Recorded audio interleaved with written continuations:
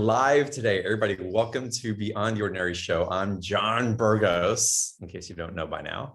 After 9 years of doing this, and April, I'm John Burgos and April. April doesn't show herself, but it's every time I'm on the call with Nora Herold, I just want to get silly and just kind of just relax in the field. Yet there's so much that is going to be shared. So I want to invite all of y'all to sit back, absorb, just be with what's being shared as Nora shares practical magic, a Pleiadian perspective. And we're going to go into these realms that Nora connects to.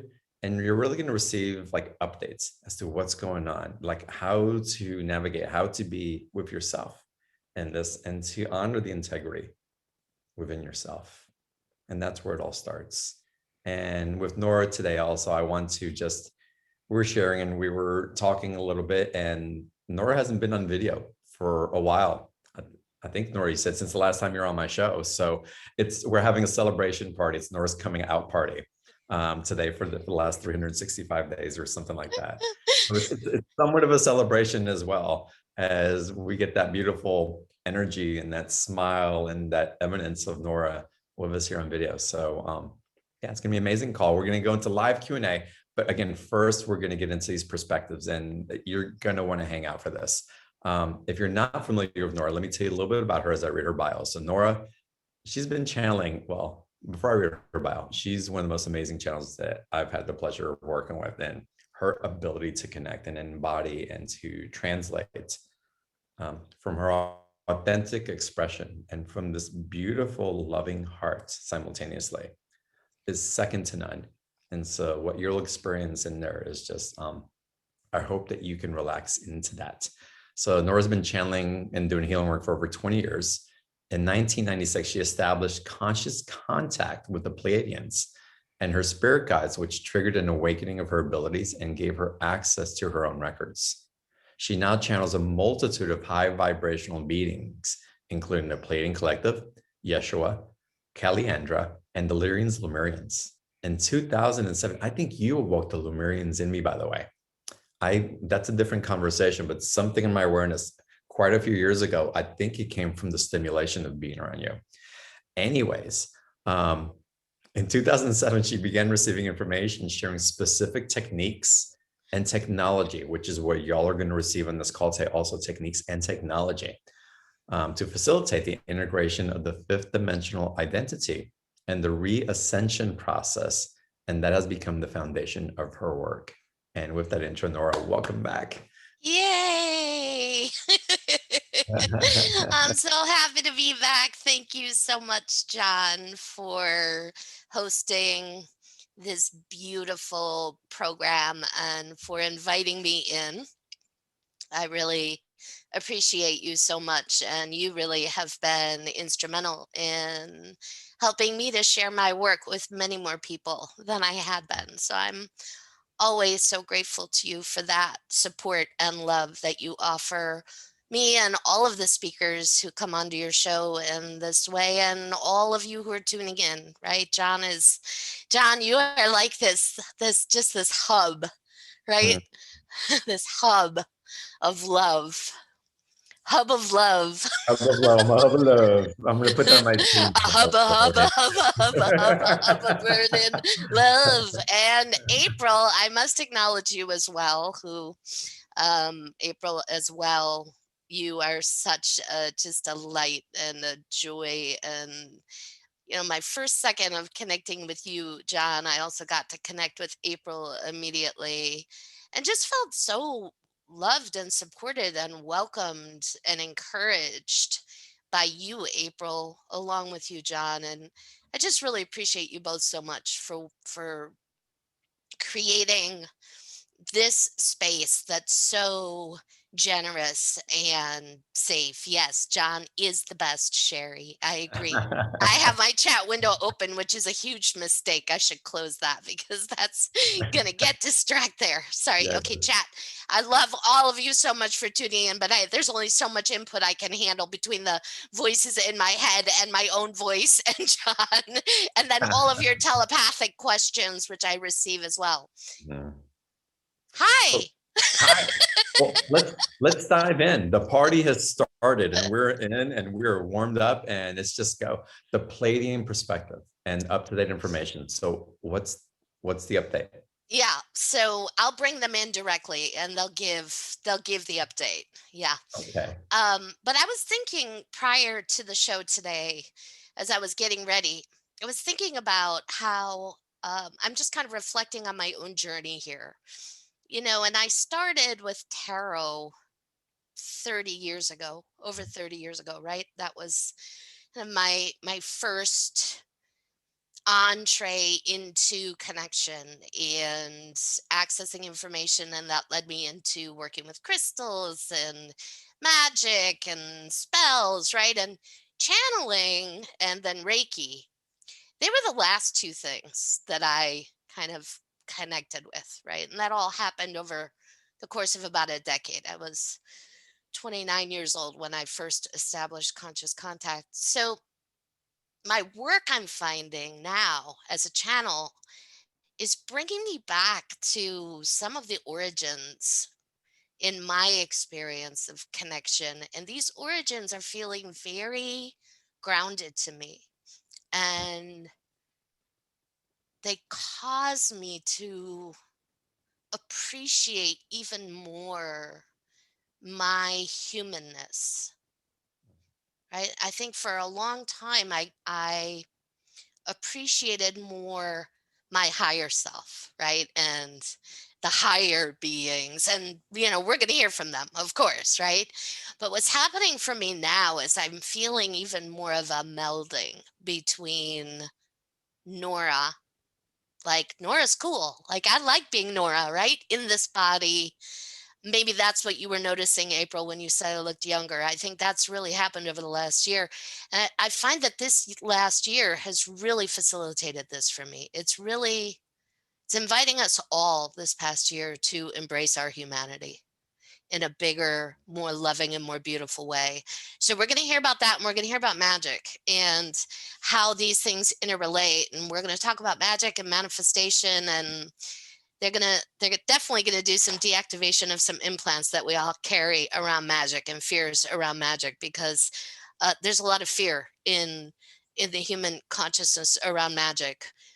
So we'll be doing that today too, and then of course hearing about just kind of where we're at and where we're headed. Okay.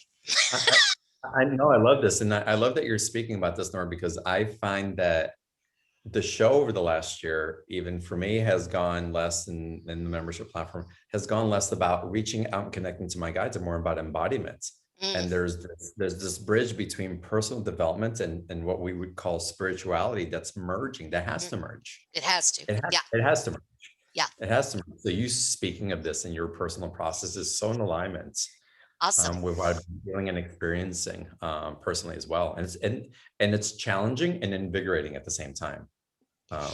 It's crazy. Yes. Yeah, I know what you mean by challenging, because for a while I'm like, does this mean I'm going to reject the work that I've been doing for the last 2 decades, right? No, not at all. It's a weaving, right? And my work for the last 2 decades has really focused on integration of the higher self into the third dimensional vehicle, into our bodies, which allows us to embrace our humanness, to be in love with being human.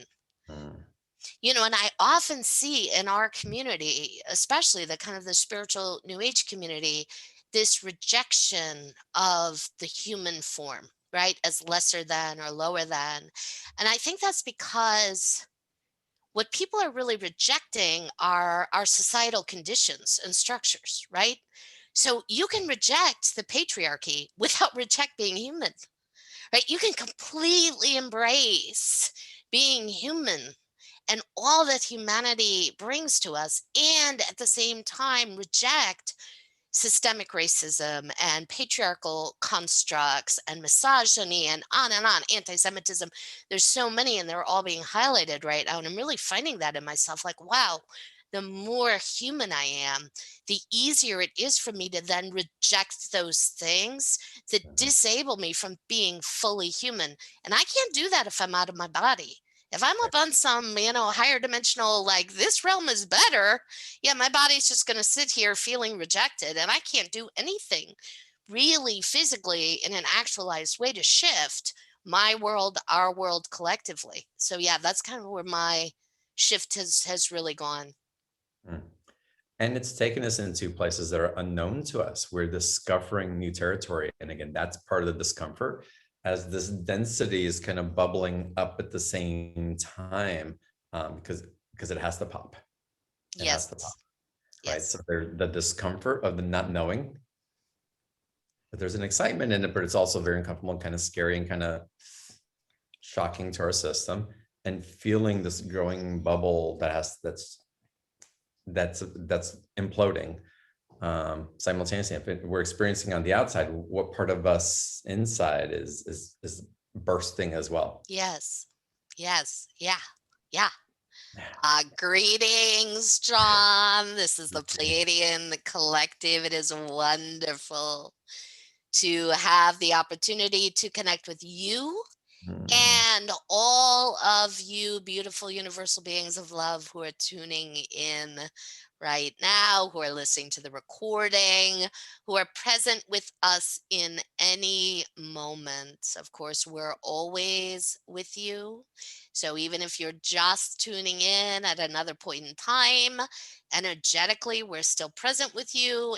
And for all of you tuning in right now, if you are listening to this information come through Nora, hosted by John and his amazing presence, you're also inviting us directly into your space as well.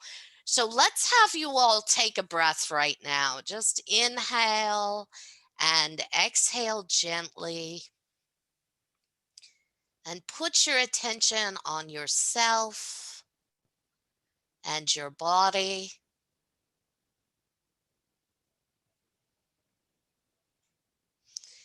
And just tune in to how it is you're feeling right in this very moment.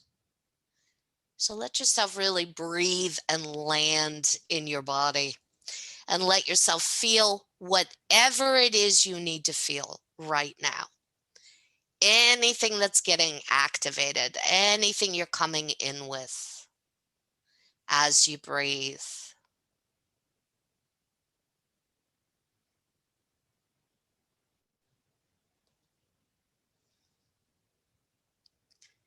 And now, as you continue to feel fully that which needs to be felt, just allow yourself to start observing that which you're feeling as well. So you're feeling it, your 3D self is feeling your feels. And the observational you is your fifth dimensional identity, or your higher self from within, holding space.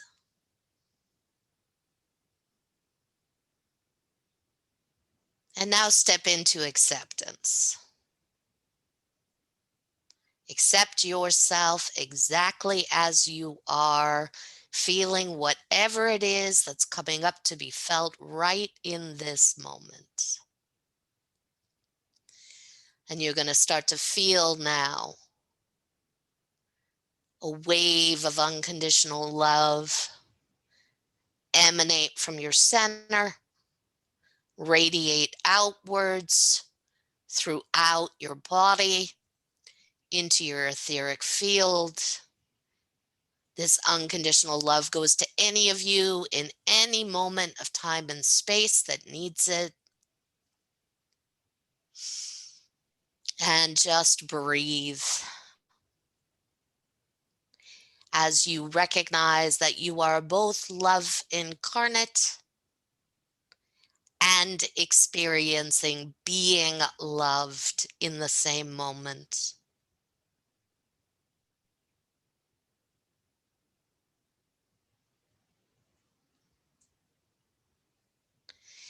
So this is a process you can use at any time throughout your day, throughout your life. We've given it the acronym FOAL, FOAL, feel, observe, accept, and love. And we run it often throughout many of our transmissions. So if you engage with us again, you'll hear us run this again. It's something that is both very rapidly healing and shifting. It's also, though, very embodying, very grounding, because it gives you permission to embrace that which needs to be felt, your humanness, these things that Nora and John were speaking about prior to us coming in fully in this way. Oh, so beautiful. Thank you for that process. Thank you for sharing that. So with this, as we dive in, and I asked Nora the question earlier, and she suggested that you would come in, sharing the updates of what we're transitioning through right now, and what we're heading into. Yes. So we're going to talk about a gateway that opened on the autumnal equinox of 2019. So we say autumnal equinox, that's because Nora lives in the northern hemisphere, right? So for some, it was your spring equinox. We really should say the September equinox of 2019, right? That allows you to really pinpoint when that was. And when that gateway opened, you entered an acceleration in your integration and re-ascension process individually, collectively, and the planet itself is going through the same experience. So you're all doing this in tandem, right? So integration and re-ascension is not about going up and out of your body to a higher plane of existence. It's about shifting from the inside out, right? So you're shifting your physical experience, your emotional, your energetic, your mental, individually, collectively. The planet is shifting as well, its structure.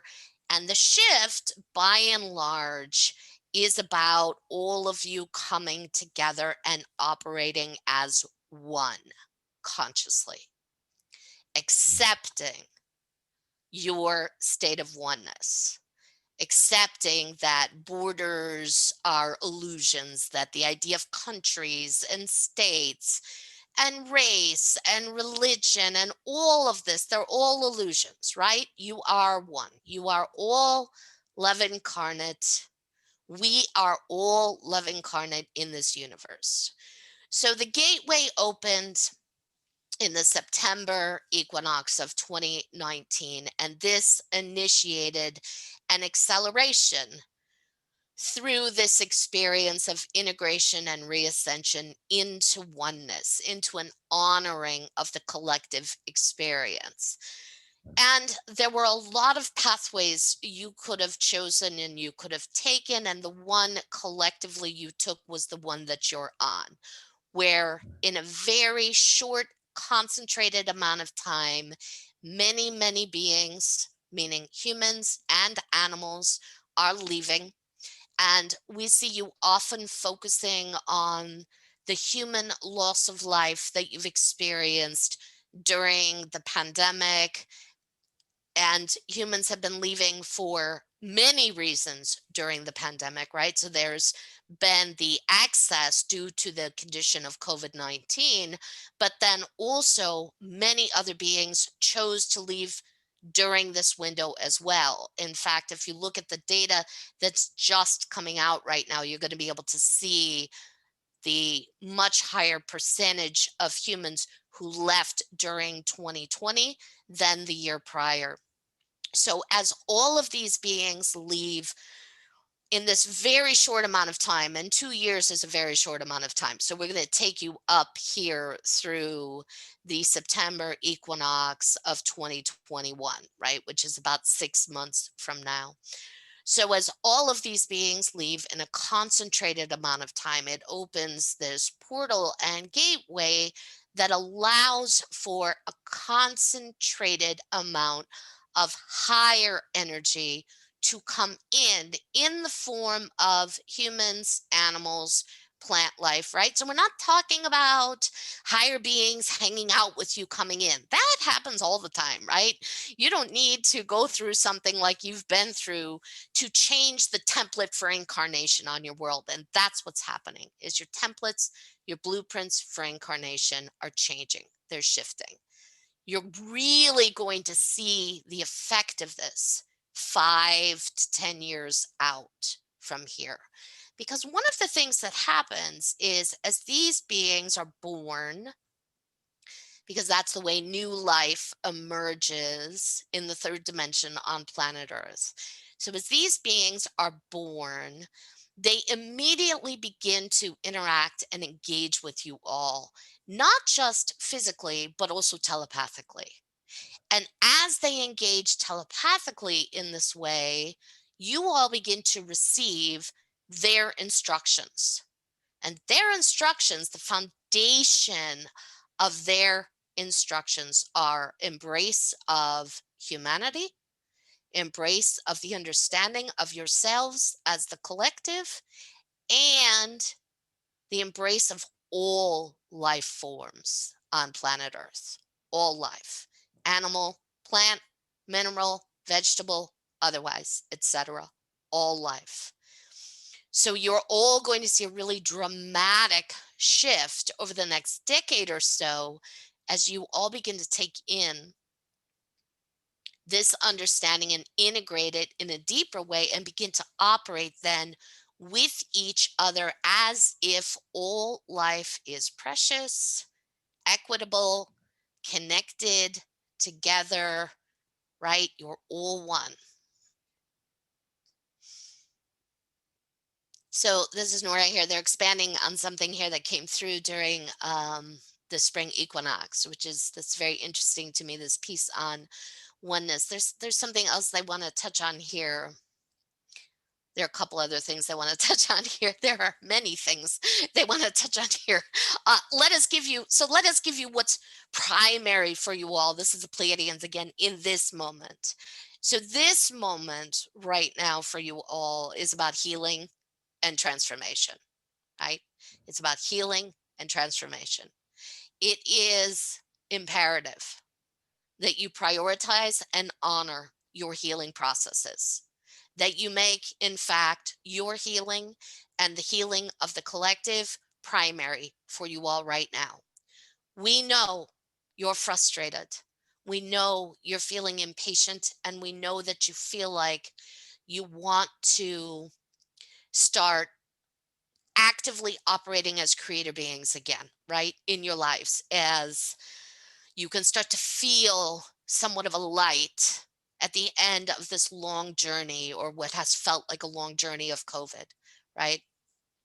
If you rush and try to jump ahead to your creationary identity without fully embracing the need for healing that you all are running right now, no matter what your individual experience has been. Even if you personally have lost no one, if you personally have been completely fine physically and had no health issues, if you personally experienced no loss of income, right? That doesn't matter. You are a piece of the collective. Every loss is your loss. Every loss of income is your loss of income. Every inability to hug is your inability to hug. On and on and on. And you all are in need of healing, right? Your own personal healing processes, and then your bigger healing experiences that you will do either in groups or with a facilitator. And you all know, each of you, what best works for you in this way. As you honor healing and really make it a priority, that's going to change you and what it is you think you want and need to make you happy. Because via the healing processes, you're going to find your joy. You're going to find your happiness. And then you're going to stop telling yourselves, If I can just make this happen in my life, I will be happy, right? If I could just finally have that relationship or that job or that creative experience or that living experience, I can finally be happy. No, it will be, I'm discovering my own happiness and my own joy via my own healing process, which then allows me to create and operate from joy, right? And then, yes, your creations, they're simpler, they're easier, they're simpler, they fall into place, they are more joyful. Yes. Oh, it's so beautiful what you're sharing in this. And in that healing process, how do we become more conscious of what's streaming through us so that we can be in the intimacy with it? Because sometimes we don't even know that we're experiencing this. Yeah, I think that's a great question, right? This is Nora here. So there's some things that I do personally that I'll just share with you that are really of benefit to me. The first is I give myself permission to feel whatever it is I need to feel in each and every moment and express it, give voice to it. For me, that's very healing to just have that freedom of connection with emotion and emotional expression. So the way to do that is sometimes I have to interview myself to even figure out what the fuck I am feeling, right? Or how I'm feeling. Because I also can be very mental, right? Like I have a lot of mental activity. I'm very mental as well. So I have to calm myself down. So that process of fold that the Pleiadians gave initially, I find personally very helpful because it immediately asks me to tune into how and what it is I am feeling, what emotions, where am I holding them viscerally in my body, and gives me the opportunity then to feel, observe, accept, and love in that way. There's something else that I've been doing for the grief, because the grief for me has been just palpable, right? My Mm. personal experience of it in the losses that I have had over the last year and a half, and then the grief in the collective feels massive to me, right? So it's this personally for me is a piece. It's a collective piece as well. You may not feel drawn to processing collective grief, whoever it is I'm talking to right now, that's totally fine. But check in with your own personal pieces around grief. So I do some ritual around grief. I will thank you, Mary. I will every morning I light a candle and I take a moment to just honor all souls who have left their bodies in the last 24 hours. So this is the first thing I make my coffee. But while my coffee I don't drink it yet. While my coffee is happening, I light my candle and honor those who have left in the last 24 hours. And just today, it was suggested to me by Ursula, um, the fairy who used to be my cat, the Smurf, who left right as this gateway opened, right in the September equinox of 2019. Or the Smurf passed, and she returned immediately to me as Ursula in fairy form. And when you were reading my bio, I thought, oh crap, I haven't added Ursula to the bio you guys Yeah, have for me, that's you right. folks have for me, and I really need to do that. Ursula was like, humph. So Ursula suggested just this morning that when I was lighting my candle, that I start focusing each day also on one particular person I have lost. So I did Mm, that today with her and just really focused on her passing along with the collective. And tomorrow I will see who comes into my consciousness and I will work this way. I've channeled a lot about this piece. There's been so much loss. We're processing it all in this like big lump of grief. It's been mm, challenging at times for me personally to properly grieve the individuals because we're just in this collective experience that's so massive in this way. Yes, the candle ritual that I'm sharing, that goes to the other piece of the topic, which is practical magic, right? Mhm. That we can, this is the Pleiadians here. You are all witches and warlocks and magicians and creators, and magic and spell work is absolutely something at your disposal to use freely and enjoy. And we want to run a little bit of a process here with you around this, because this is something we're really aware of when we start to talk about magic. So take a breath, tune into yourself. We want you to think about the words witch, magic, and spell. And now we want you to think about the words manifest, create, and creator being or magician. And notice your response or your reaction. Because one of the things that we're noticing is that it seems very acceptable to claim ownership of manifest, create, right? Creator being. And maybe there's a little resistance to magic, spells, Mhm. witch, right? Warlock, right? So there are a couple of reasons for this. One is because magic, spells, witch, warlock really connects you to your human forms, and you all still believe your humanness is less than your higher selves, right? So when you connect with the ideas around manifestation and creation, right, you're all in your higher selves, and you're like, my God self, yes. You're always your God self, right?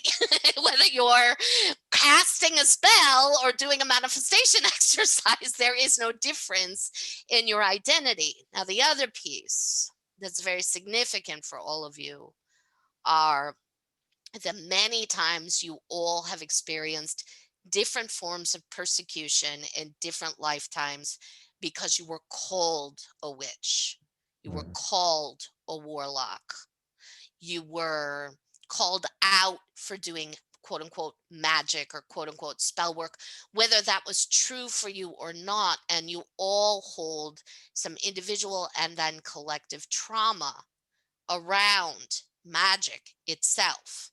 It still hooks you and takes you into a belief that magic is wrong, that it's bad, that it's cheating. There are a lot of religious ideas about this as well that you all carry in your blueprints from when you first incarnated. So take a moment and really give yourself permission right now to access any and all fear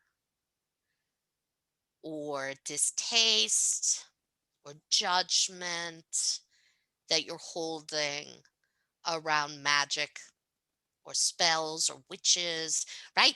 Like, we can feel it in you all, the occult, right? There's this, oh, I'm going to get dark, or I'm going to fall into the dark, right? I might mistakenly summon a demon, right? There's all of that can come up for you all. And these are all just associations to religious programming, societal programmings, traumas, etc. And to be honest, a lot of this terminology was used against beings who were of a different color, beings who were female, beings who were homosexual. So you're hooking into some of those traumas from other lifetimes as well. This is Nora. That is a new piece, as they're saying Mhm. that. I've never heard them say that before, but boy, that so resonates for me when I think about that. That Mhm. the term witch or warlock, right? They were used in these very broad ways to oppress and persecute women, people of color, gay people, whatever. They would just slap that word on them, and then literal, drownings, burnings. Right. This is the Pleiadians here. So let yourselves take a breath and tune into any fear or again, judgment, or even just resistance, right? Your resistance to your magic. And you're probably going to feel it in your lower chakras. Like it's bad or wrong or dirty. I shouldn't do it. Think about the child you that believed in magic right now as well, that was talked out of your ideas, right? You were told it was ridiculous. You were told you were wrong for it or in fantasy. And just let yourself feel any feelings that you have associated with any of this hurt. So you may find some anger and some rage as well. And just take a big inhalation of golden light right into your heart center with your breath and exhale it all the way on down into the soles of your feet, flushing your system with light. So practical magic is a process that runs very simply. It's first this: you bring yourself to center, to this very clear, centered space. Second, you activate from within a vibratory rate that you're seeking to experience in your life. So we like to go with joy, right? We always like to use joy. So let yourself flip your joy button on from within. And then third, take a physical action that allows you to embody joy in a very human way. Do something joyful. This is practical magic. It's this simple. This is Nora. There are a lot of other kinds of practical magic techniques I have developed over the years, right? That one of the pieces in my package really goes into it. And that piece also really talks about the distinction between magical thinking, right, which leads into superstition, right, which is crazy making, and then delusion, which leads into things like, QAnon, right? Like that's just mass delusion there. And that's partly why I think so many in the New Age community got hooked, because we are practicing this expanded thinking. But if you fall into magical thinking, well, that might take you into delusion, and then you are prime for any kind of cult recruitment, right? Whether it be QAnon or anything else. So the practical magic that like sometimes for me, cleaning my office is practical magic, right? I have an event coming up and I want to clear the energy in my space. Well, I will physically dust and clean and wipe down my space as well. And I turn that into a magical process. I intend that I'm doing magic as a way to facilitate more love and information and light coming in. And because I'm a creator being who also understands that my perspective helps to shape my reality, it works, right? So that's the other thing about practical magic. Like you have to hand over to it. You have to surrender to it and say, okay, this shit works. I'm just going to choose to believe in, I'm going to believe in it without second guessing it or judging it. Yeah, it's wonderful. It's wonderful how you're bringing it as practical magic. It's practical magic, but we have access to it. And again, these exercises are so just, they're so good. And remembering, I saw myself getting up and jumping around and dancing and igniting that joy. And of course, why don't we do that? We forget. Yep. We forget. And again, that stimulation and moving the energy, forward movement. It's the key. It's the key to really where we are now. We've been in this gestation period. You call it a void, but I call it a gestation because there's a rebirth occurring. Yes. And my theme for the year has really been clean slate. We're getting into a place where we're getting into a clean slate and things will be created from there. But sometimes when we're in gestation, where we're in that in between, it can feel so sticky and so dire. And then not knowing where to move. But for me, it's not about knowing where to move, but the disposition that we carry and how we're moving forward. Absolutely. And that's really what you're bringing through. Thank you. This is the Pleiadians. There's one other thing we want to touch on as well, because this is an ancient program implant that you all incarnated with that changed on the winter solstice of 2012, the December solstice of 2012. But you're all still playing it out, and you also have these thoughts. And this piece is around suffering, and that suffering is a necessary piece for evolution. It's not. Suffering is suffering. You do not have to suffer to grow. And one of the things you can do is you can look at how it is you all want to frame your painful experiences in a way where you say, well, if I didn't have that pain, I would not have grown in this way. Yeah, we don't agree. You don't need pain to grow. You can grow and evolve and shine more brightly simply because you desire to, because it is your birthright to do so. And if you look back on suffering, typically it begets more suffering. That's what you get, right? I mean, I think about racism in our country and the suffering at the hands of racism, right? I mean, wasn't slavery enough suffering for us to have freaking ended it? Clearly, suffering is not the path for evolution. So I find this is key for me. This is one of the things that's really shifted in the last year for me, is this understanding. And I have to really watch myself, because I still want to mine like the piece of gold in my suffering or a client's suffering, right? I still want to do, because it's soothing to the mental body, right? The mental body is like, oh, okay, it's okay that I was abused as a child because it allowed me to be a guide. No, that is not actually what happened, right? That's just the mental body needing like a piece of candy, right, to just suck on and like take a break. But the truth is, no, suffering it creates self-esteem issues, right? Like, I mean, I'm speaking about myself personally. I am Yeah. still healing my self-esteem issues from my childhood abuse. If I did not have that abuse, I wouldn't have these fucking self-esteem issues. That's just true.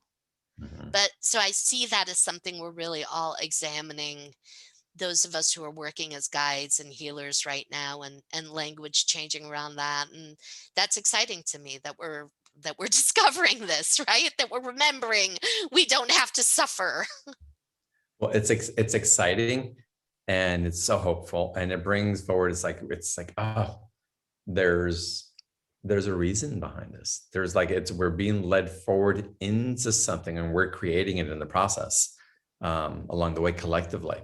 So your awareness of the compassion that's streaming through us, and for me, again, compassion is really what's healing the Yes. collective. And when we can have that compassion for self, then we truly hold the capacity to witness and compassion for another.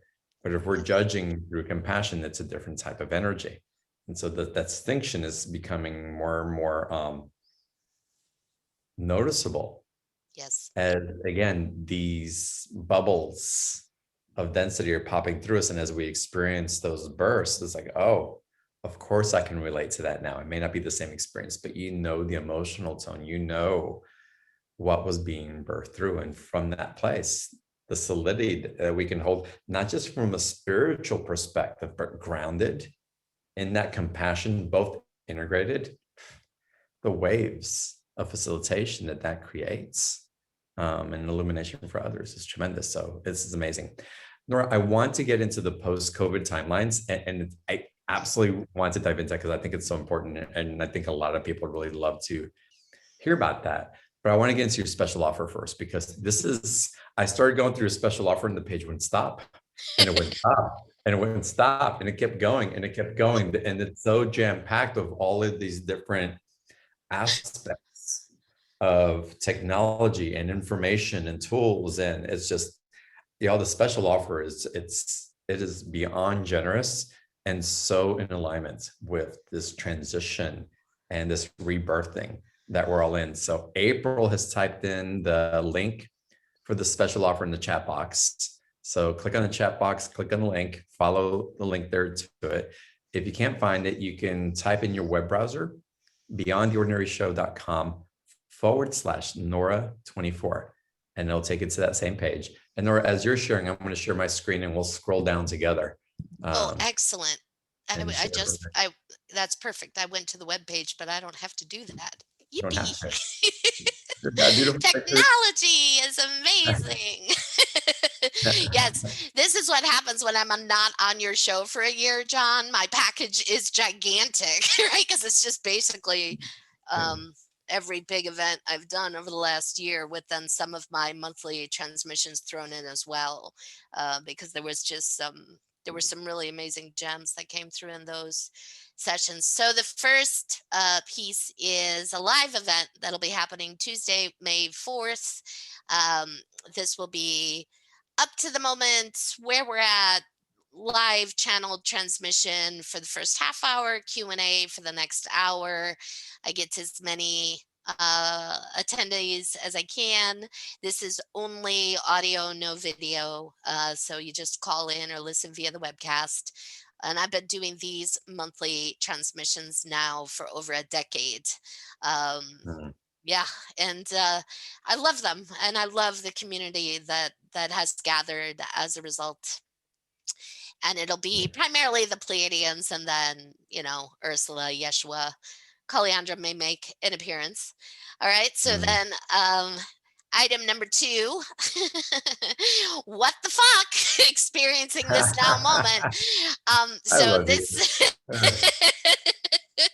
this transmission occurred about a year ago, right, as we were really embracing the reality of COVID and the lockdowns, and just so many gems around, how to be through this experience, and what to access, and how we're growing, not because of the suffering, right?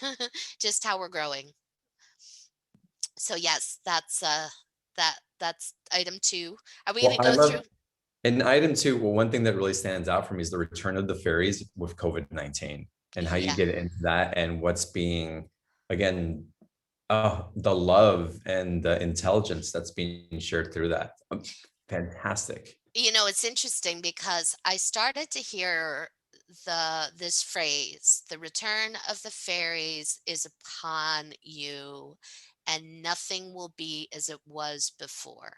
I started to hear that right before that September equinox portal in 2019. Wow. And yeah, there's a big crossover between the fairy energy expressing itself in a very real and physical way on our world, and then all of us actualizing and accessing our own fairy identities, however we express that in our own human forms. Spells for the New World, a post what the fuck event. So this was me in some ways trying to jump timelines, right? So there was a lot of great information given here about using all the new technology coming in to help us operate as creator beings, which will be very useful to all of us as we actually come into the post-pandemic timelines, which I see starting like glimmers of post-pandemic timelines around the June solstice. I see it really in a much more fully expressed way in the September equinox, which I know that feels like a long time away, but again, if we prioritize our healing, it's not. And by September, we are all going to be different, and we're going to want different things individually and collectively. And I am excited to see some of the things that are now happening in an accelerated way here in the US and in other places around the world that feel like they are a full appreciation in legislation, right? When it comes to collective humanity. because it's going to happen politically, right? We can't put politics aside. It's not a separate issue where everything is interlocked and interconnected in this reality. And the changes that we are desiring, they're going to, in part of them at least, are going to have to come through our political forums in those spectrums. Mhm. I agree. I agree. It's exciting. It's exciting. And I love the timelines that you're feeding. And I've been feeling those timelines very strongly as well. So I love that you're bringing words to this thing that's been running through me. So, item 4 is some galactic history on racism and other distortions of fear. And this transmission occurred right after George Floyd was murdered. And I'm Mm, aware that I'm saying that while we are in the midst of Derek Chauvin's trial 1 year later, not mm, quite a year later. yeah, Some of the pieces that came through here around the galactic off-world timelines and past lives experiences and how they feed and interact with the distortions of fear playing out on our world, not just in the form of racism, but anti-Semitism, homophobia, misogyny, Islamophobia, et cetera, et cetera, et cetera, transphobia, right? Today is Trans Visibility Awareness Day. And I just want to say to mhm, our trans community, I love you. I love you. I respect you. I honor you. Trans rights are humans' rights. I don't think we should have to differentiate, but we have to right now as we're healing, as we're coming together as one. So this talks about this particular transmission. The Pleiadians really go into this idea that racism and other distortions of fear manifesting as hate are not things we came in to integrate. They're things we came in to heal and remove from our mm, systems completely. And this is a drama that has been playing out across our universe for since the beginning, since we began incarnating in this universe, long before Earth existed. And Earth now is the epicenter of this healing event around these distortions of fear. I keep using that term, distortions of fear, right? mhm. Because there's fear that's just healthy, Yeah. right? That's instructive, it's informative. It's that feeling in your body of like, oh, yeah, uh, don't go there because there's the potential for something hurtful or painful to happen, right? Mm, Or, um, don't run that red light because you could get killed, right? Like those fears have meaning. And then there are distortions of fear, right? Fear of person in a different colored body and a distortion of that fear that leads to hatred that goes back to, right? Okay, I'm going on and on about this, but I've been very active in my social justice work and my spiritual activist work this year, along with all of, the healing and the information about COVID and integration and re-ascension, and it's all connected.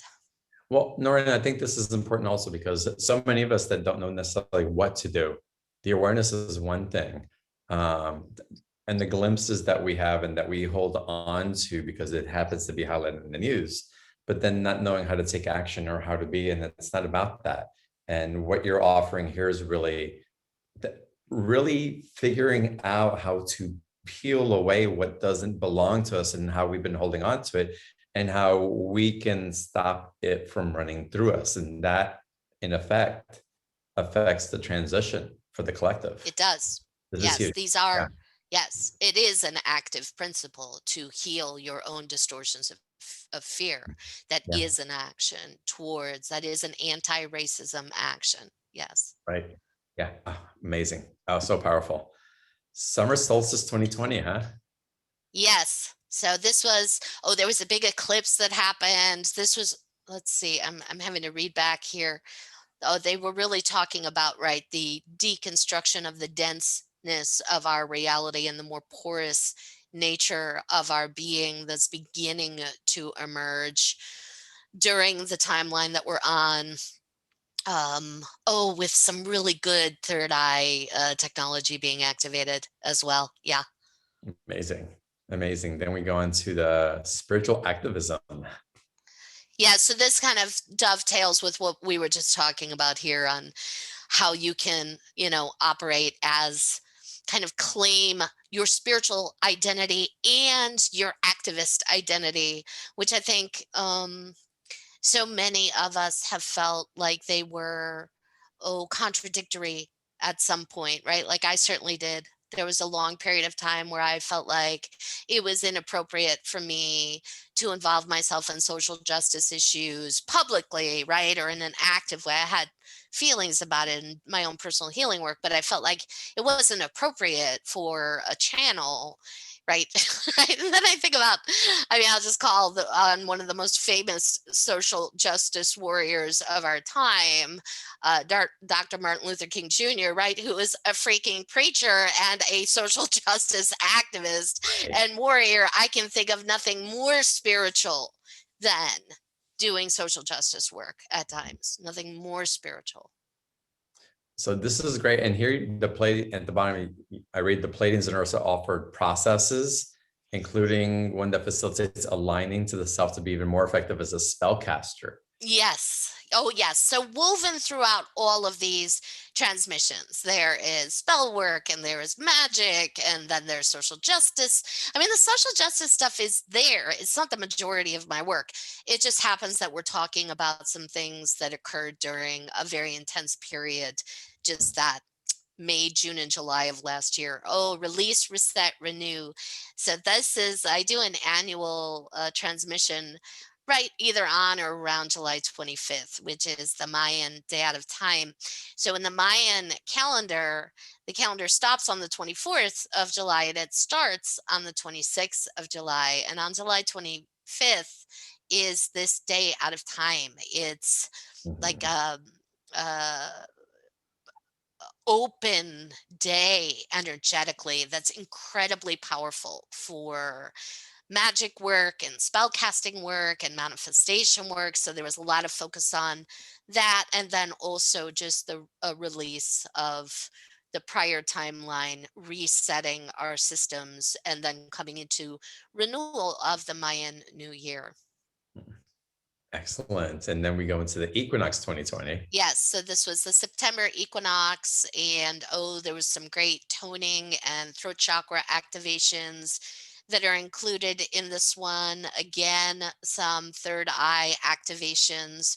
So I really see, the third eye we often see as this kind of passive viewfinder for reality.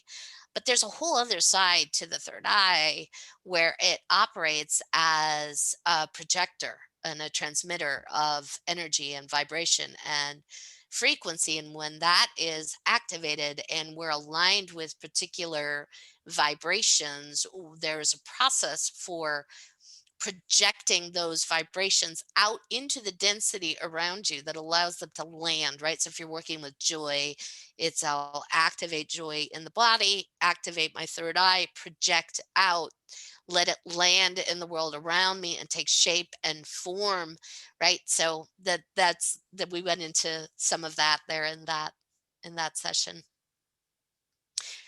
And most of these sessions are 2 hours in duration, and then the ones that are just one MP3 are about 90 minutes long.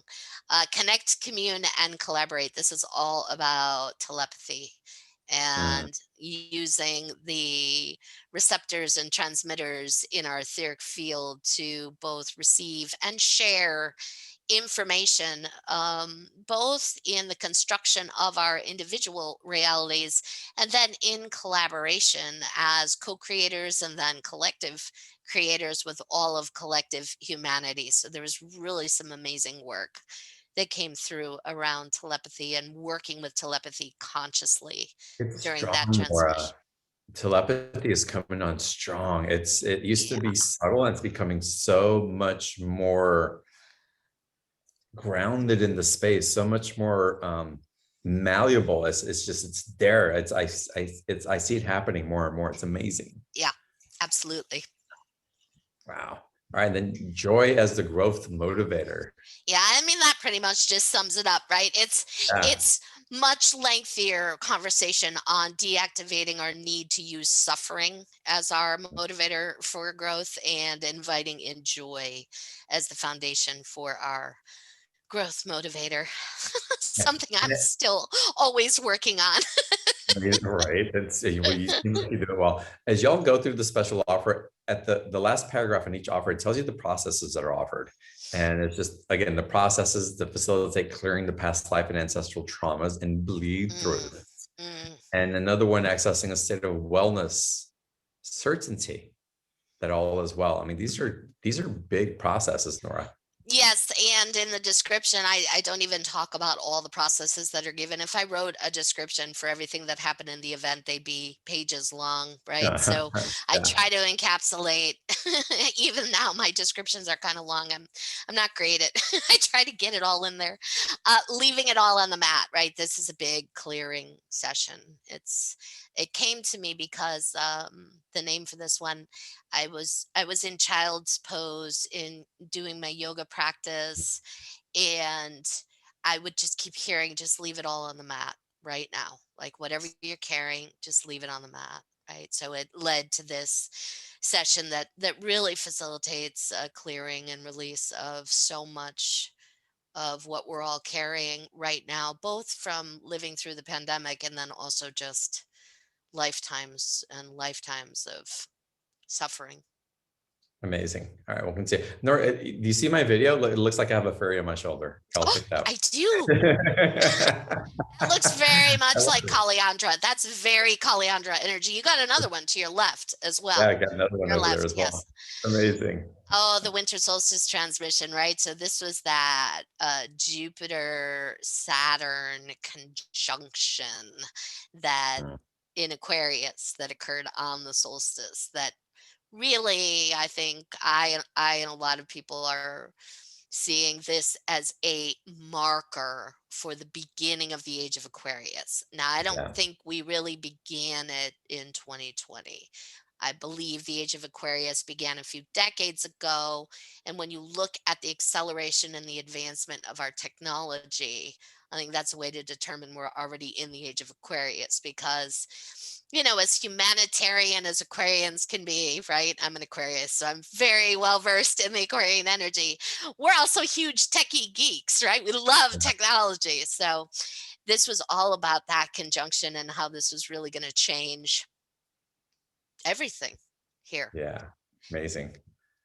Here's my practical magic workshop. This one's all on practical magic. Oh, this was so much fun, right? Combination of channeling. Here's somebody saying hello to me that I went to high school with. So I'm going to say hi to Priska. Her hello popped up and I just had to say hello back. It's not often I see someone that I was dear friends with in high school pop in on a Beyond the Ordinary broadcast. That's pretty amazing. So practical magic is combination of channeling, right? So all of this work is all channeled transmissions. And then I also, I give a lot of personal experiences and tips and tricks and tools on magic and magic in a very simplistic and easy way. If you want to get a little more complicated, how to call the corners, how to work with the elements.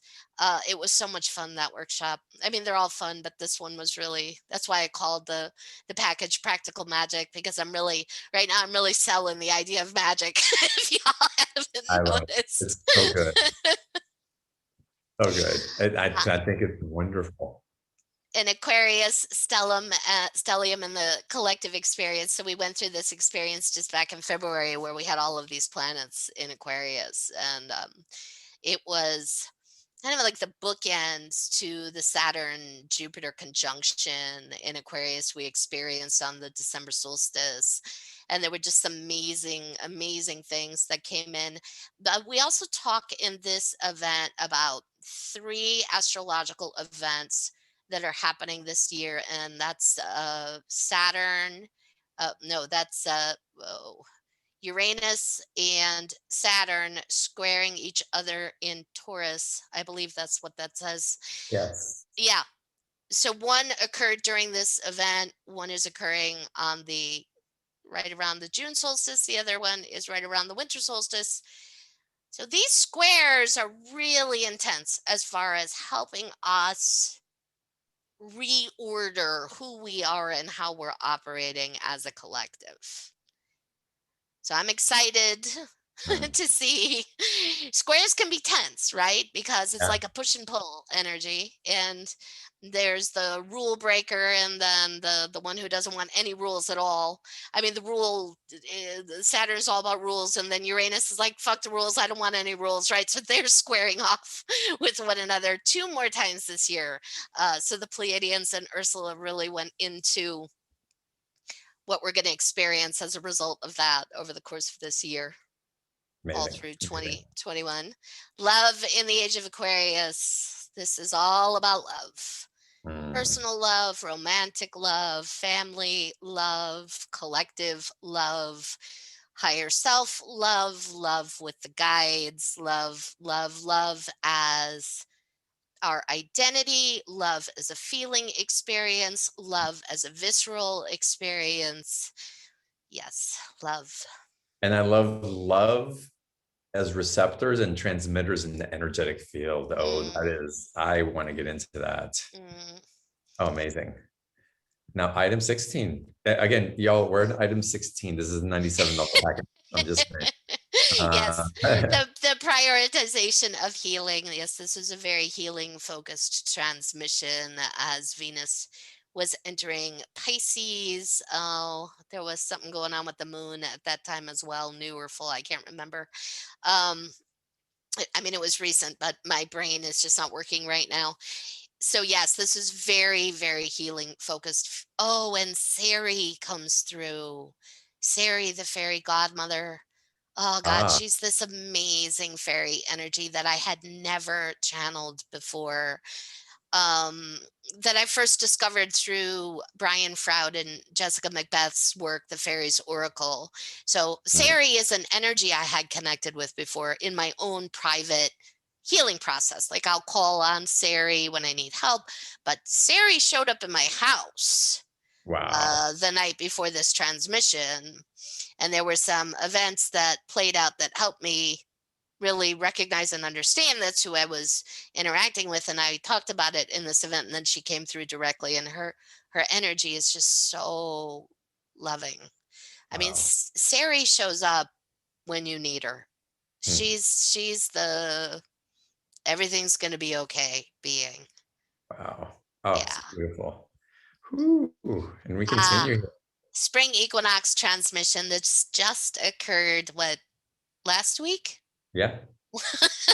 Right. Yeah. Last week talks all about, in much more detail, this gateway we're in from the September equinox of 2019 running up through actually the September equinox of 2021. Talks about the post pandemic timelines and what they'll look like as they begin to assert themselves, increasing your clairvoyant abilities. Yeshua comes in and talks about their identity and who they are. Uh, the destruction of the first Earth and Lemuria and Atlantis, and how what's happening right now is we're having some reflections and echoes of the trauma from those lifetimes, and a lot of fairy energy in this one. Oh God, Ursula just gave some amazing stuff at the top of the second half, along with some fantastic equinox magic that, even though the equinox has passed, you can of course practice at any time. And that's something I want to say, so these transmissions all happened over the course of the last year, and everything you hear will be relevant to your moment today.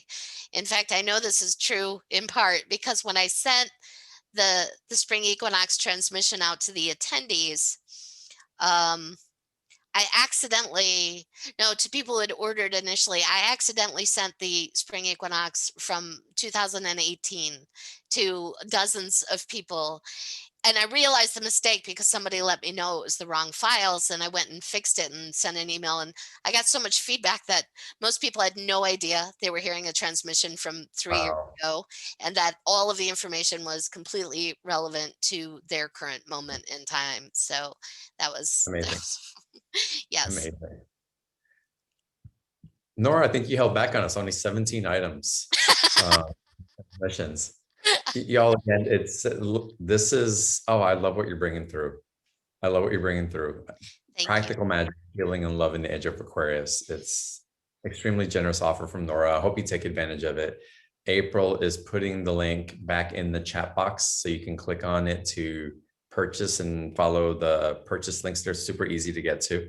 Or you can find the offer by going to beyondyournaturyshow.com/Nora24. Wow, Nora, amazing what you're bringing in.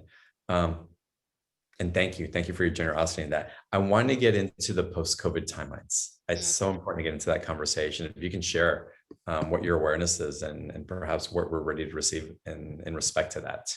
Yes, this is the Pleiadians here. So kind of the first thing we want to say about it is, as much as you can, don't put your attention on the post-COVID timelines because you're not there yet, right? We want you to know they exist. They exist. This is a reality for you. We want you to feel that truth in your bodies. We are going to exit the timeline of this pandemic and move on to the post-pandemic timelines. However, who you are going to be and what those timelines will look like have yet to be determined based on your healing work right now. So again, we encourage you to prioritize your healing. Now, that doesn't mean you can't create, right? That doesn't mean you can't have fun, you can't start new things, but it does mean right now, don't push. If you're finding that you're trying to get something going and the energy is not supporting the full expression of it or a sense of permanence, it's because you're in transition. And it can be very challenging to establish permanence while in transition. Yes, this came up. This is Nora in the spring equinox transmission. Someone was wanting to buy a home and she can't find something. And the Pleiadian said that's very appropriate for the energy that we're in right now, because who we are in September is going to be markedly different from who we are right now. So again, this is the Pleiadians. What's important is that you integrate the phrase post-pandemic timelines. Let that phrase settle in your body as a reality. They exist.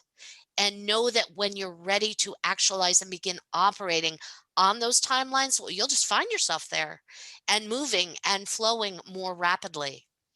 And again, what you want then is going to look a bit different from what you think you want right now. You're going to continue to make adjustments, as will the collective. Yes, and that's something else. This is Nora. So this is me just purely as an intuitive. I feel the opportunity for more collective support to come online in ways that it has started to show itself over the last year. And that support, however it's going to manifest for each of us, whether it be financially, whether it be in work opportunities, right? Those things aren't available yet. They're going to be more available come that September equinox energy. And that support is going to facilitate these post-pandemic timelines being even brighter than we can imagine right now. Because there's no going back. We are not going back to the world we existed on prior to the beginning of this gateway on the September of 2019.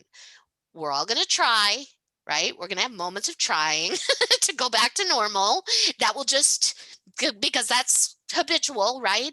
And we're going to try to put things into place and they're not going to feel right. Really notice what is not feeling right for you and don't push. That's wonderful. I want to ask you a question because you just brought up an awareness that I had a couple of years ago, and it really led up to the wave that we just transitioned through of all the social media disruption and all the noise and opinions. And the message that I was receiving a couple of years ago is be aware of the false prophets. And I'm asking you about this because I also see that there's an emergence of new leadership coming through this timeline also into that new timeline. How would you tie those together? And I know you have a strong opinion about it, and I'm so grateful for it. Um, yeah. So the false prophets are going to tell you that your power lies outside of you, right? In either some kind of savior being or group of beings arriving. So when I talk about support coming online for all of us, I'm not talking about extraterrestrials landing in ships, right? Changing things on our world. I want to be really clear about this. I'm talking about particular kinds of legislation and things that will happen in our political reality that will provide more support for the individual and collective experience. A false prophet is going to tell you, you know, that they have all the answers and you should not trust your own sense of knowing in a grounded way. And the practical magic session gets into this as well, around differentiating between magic, magical thinking, and then delusion. This is the Pleiadians. There's something that we have often said, which is everyone's belief system and perspective shapes their reality. And that's true, but what's really true is it shapes your opinion of your reality, right? It shapes your opinion of your reality. Collectively, you are creating something. Collectively, you've created a moment. This experience you will have all had through COVID, especially in the United States. If collectively you had all cooperated from a space of respect for one another, that you needed to have clear boundaries, right? You needed to appreciate human life and safety. You would have moved through it much more quickly. The slowness came in part due to the false prophets saying it's fake, right? Or there's a conspiracy, or the president of the United States playing mind games with the collective and his constituents, right?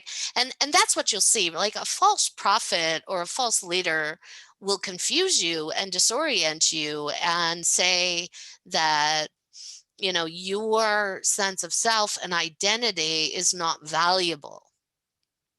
You want to look at those who are valuing both you as an individual and as a being, and then also valuing all of human life. Yeah, it's been a ride, man. This is Nora. It has been a ride through this. It has, but what this has also engendered in the spiritual community, really in every community, is the integration of the critical mind. Oh my God, right? With the heart. Critical thinking with the spaciousness of the heart is something that we're evolving into like we've never have evolved into before. Yes, and it is that blending of the third and fifth dimensional identities, right? It is that. It is integration and re-ascension, right? That you described it. Heart, critical thinking, connection. That's another way of saying integration and re-ascension. There was something I was thinking about the other day about Western medicine, right? And the distaste that the spiritual community has by and large for Western medicine, right? And I was thinking about, like, we all use toilet paper to wipe our asses, right? None of us say, right? Toilet paper is too 3D for me, so I'm not going to use it, right? Oh, I love it. But we will say that about Western medicine. Now, of course, there is corruption, right? Certainly there's money and moneyed interest. It's that we're rejecting. We're rejecting the corruption, in the CEOs of the pharmaceutical companies. That doesn't mean we have to reject Western medicine or miraculous discoveries that come as a result of Western medicine, just like miraculous discoveries that come as a result of many other like this technology we're talking on, right? Yeah, this telepathy device that we're talking on, right? Yeah. I mean, we don't say to ourselves like, oh, Zoom, that's too 3D. John and I are just going to do Beyond the Ordinary via telepathy. And for those of you who are high enough vibration to access it, well, you can tune in. And for the rest of you, well, too bad.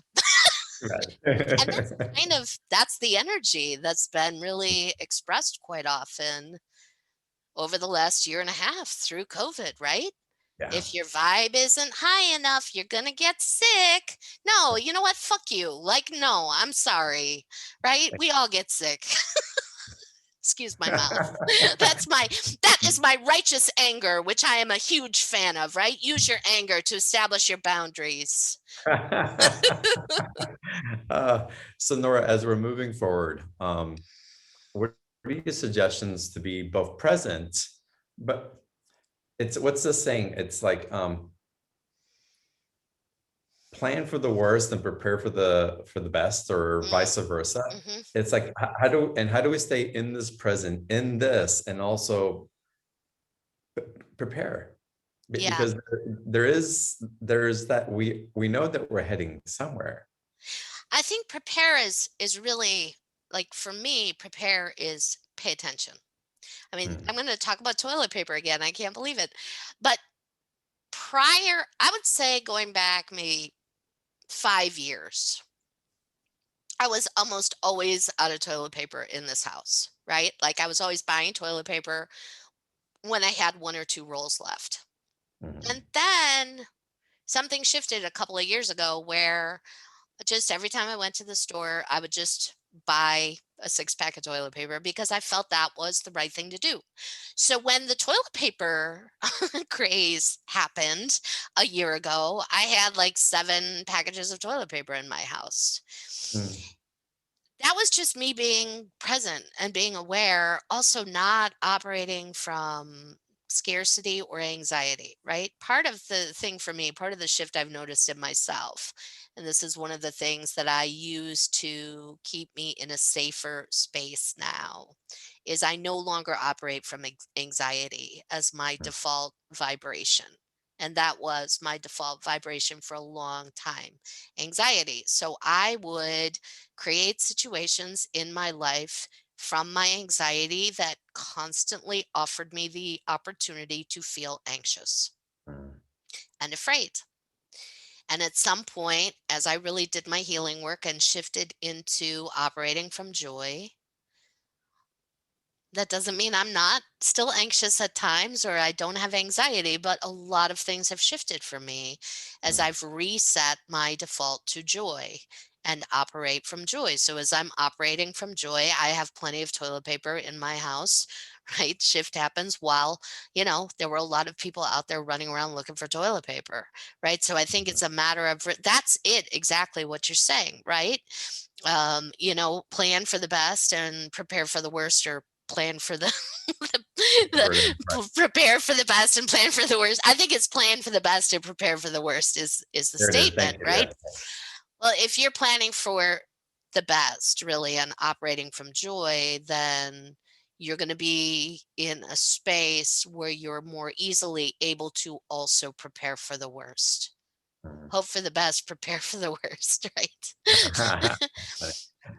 Nora, something I want to get into. We've got about 6 minutes left on tonight's episode, and I want to get into the fairy conversation and how they're showing up. Before we do that, y'all, Nora's special offer, it's dive into it. It's jam-packed. I'm so excited about what's being shared there and the processes.